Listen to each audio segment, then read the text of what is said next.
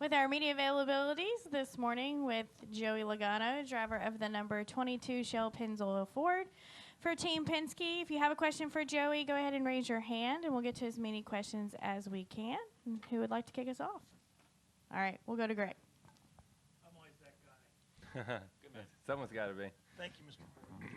Hello, Joey. Greg from Forbes. When does the playoff, your kind of playoff attitude kick in? Is it when you get here at the first race, when you roll in the track, or is it like Daytona in February? In February, yeah. I mean, I think there's a balance in there somewhere. I'd say really the last like 3 or 4 weeks before the playoffs start is when I feel like you got to start putting everything together. Before that, you're don't get me wrong, you're out there trying to win. You're trying to get every point because every point is really going to matter all season long. But it seems like there is a point with 3 or 4 weeks to go before the playoffs where the intensity ratchets up a little bit, and you are more and more concerned about any weakness that could be shown on your race team. And so I think you kind of start getting that way a little sooner than Daytona. But you kind of got to find I always say a fifth gear. Now we have 5 gears in our car, so you got to find a sixth gear now. And you got to keep, looking for that little bit. I find that 1%. Well, where is it? What's the difference? And those little things when it comes to playoff times in sports. Coming to a town like this, I'm always struck by the fact this is so old school, not just here, but the town and the history of this place.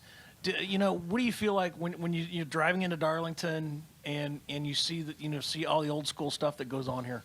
I love it, and it really fits the racetrack itself, right? I mean, this is the most challenging racetrack we go to, hands down. Everyone would probably agree with that. As a driver qualifying like these Xfinity guys are right now, I mean, it's intense all the way around here. And then you put 500 miles in the heat and add a little extra pressure with what they call the playoffs on top of that. I mean, it's a tough weekend for sure.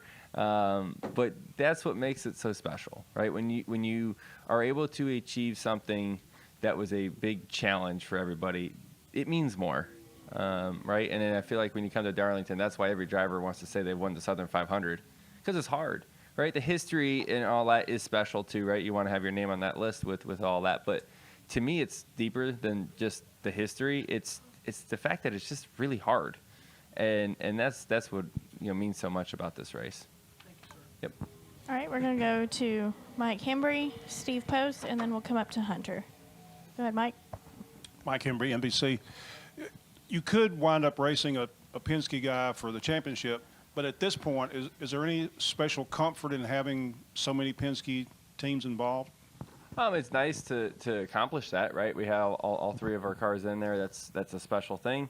Does it change much? Not really. It doesn't change for us as a 22 car that much, right? It's nice to have more chances at a championship for Team Penske, but from a global view. But when you kind of zoom into what I have to do behind the wheel or what my direct team has to do, pit crew, those type of things to make sure that we're in the championship when we get to Phoenix, I don't think it changes much depending on how many cars your team has in at that moment.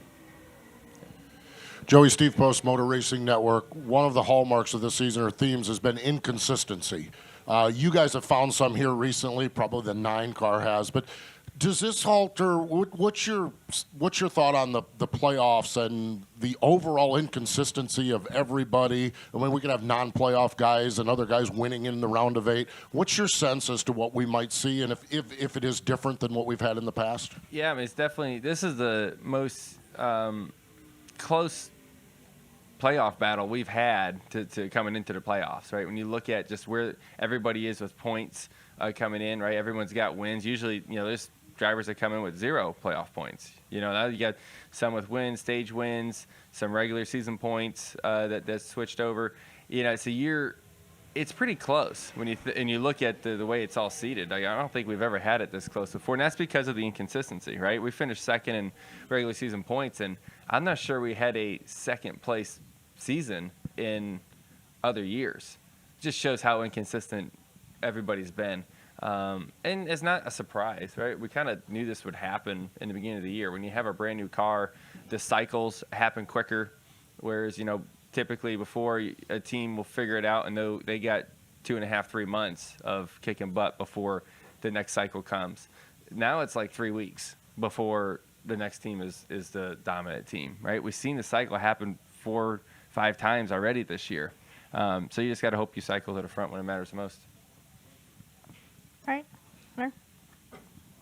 Joey, Hunter Thomas with thefourthturn.com. These new next-gen cars seem to be really more durable and tougher. Does that kind of change the way you approach this race with the pressure on the line with the playoffs? Do you have more room to maybe get a little closer to the wall, maybe hit it a little bit in the final laps? Yeah, it depends on what parts of the car you're talking about. Yeah, right? I mean, there's some things that are definitely more durable for sure. There's some things that may not be, but the body, obviously, being that composite body, it seems to bounce back pretty good if you just pancake the side of it. It's a brush here and there, not the end of the world. The right side of the car is not sticking way out in the wind like it used to, and when you push that back, it's not hurting you as much as it used to.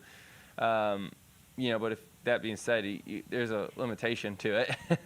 But I'd say we've seen more aggressive racing this year because the cars are more durable for sure.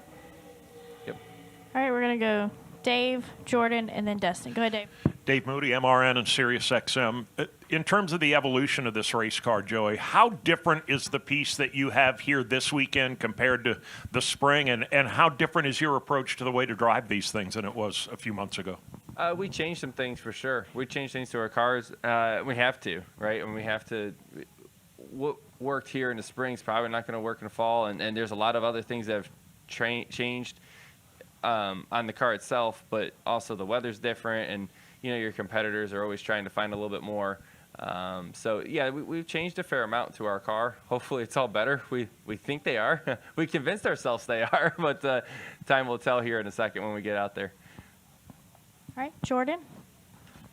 Jordan Bianchi, The Athletic.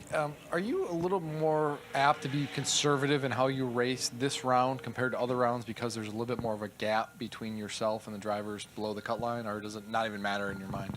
I try not to be conservative because I think that's when you kind of get in trouble a lot of times. Now, I try to be smart about the risks that I take, because this first round, I mean, you got to be 12th, right, at the end of it. And,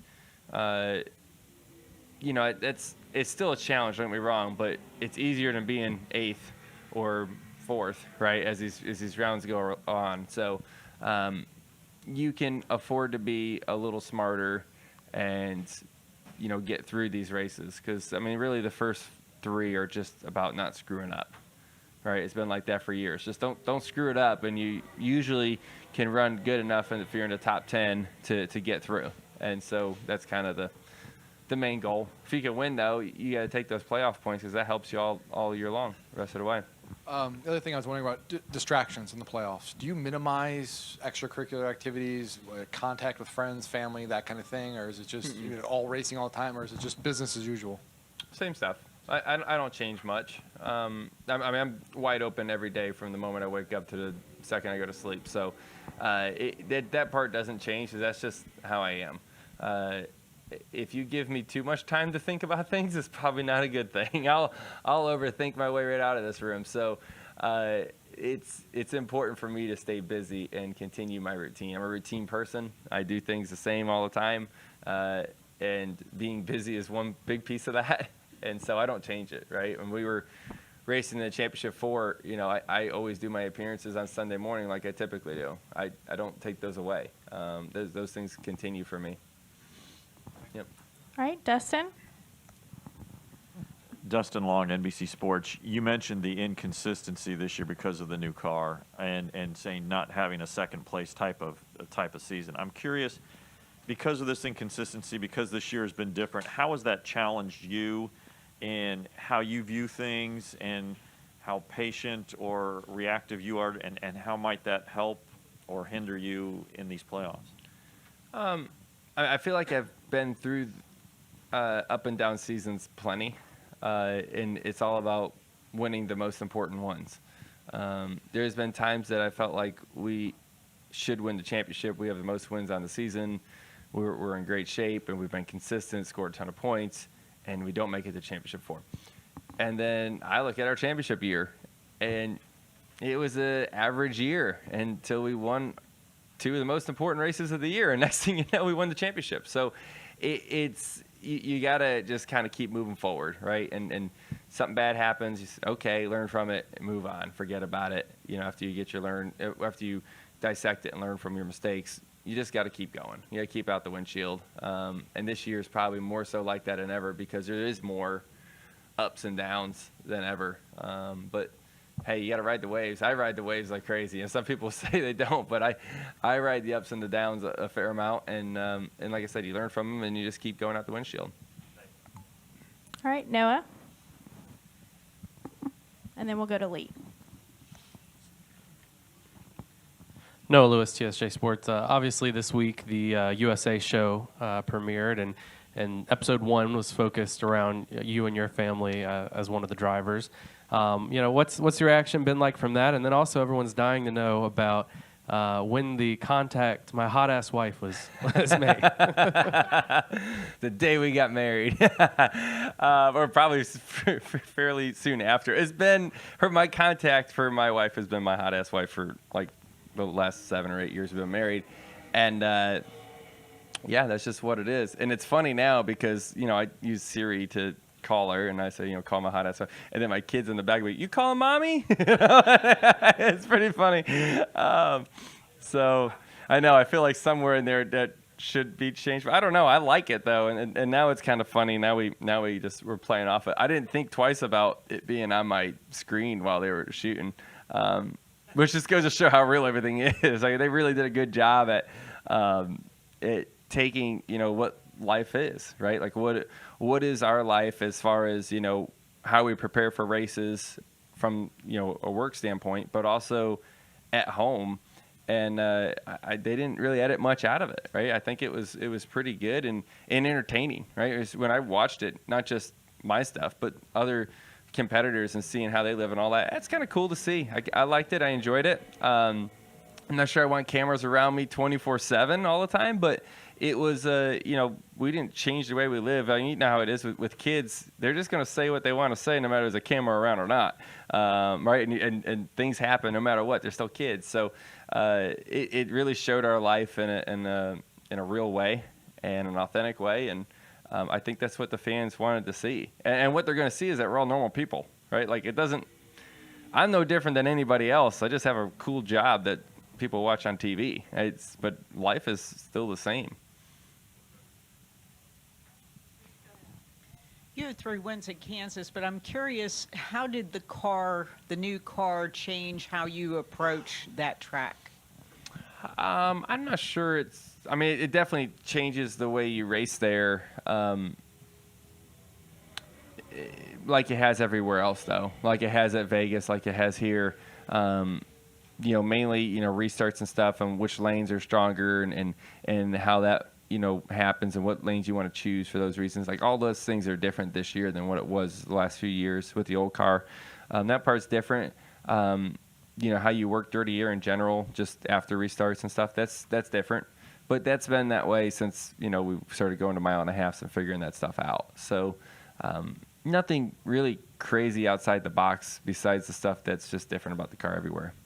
And also, how's your confidence knowing you've won it at 9 of the 10 tracks in the playoffs? I guess I never really thought of that. Cool. That's good. That helps.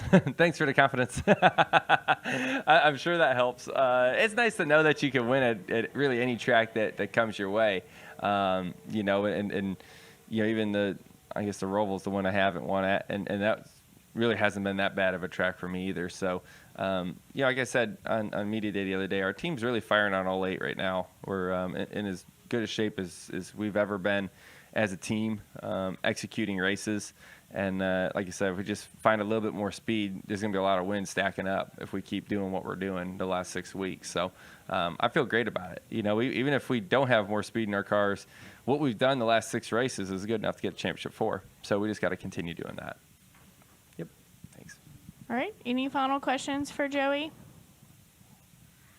All right. Thank you. Alrighty. Best of luck this weekend. Thank you.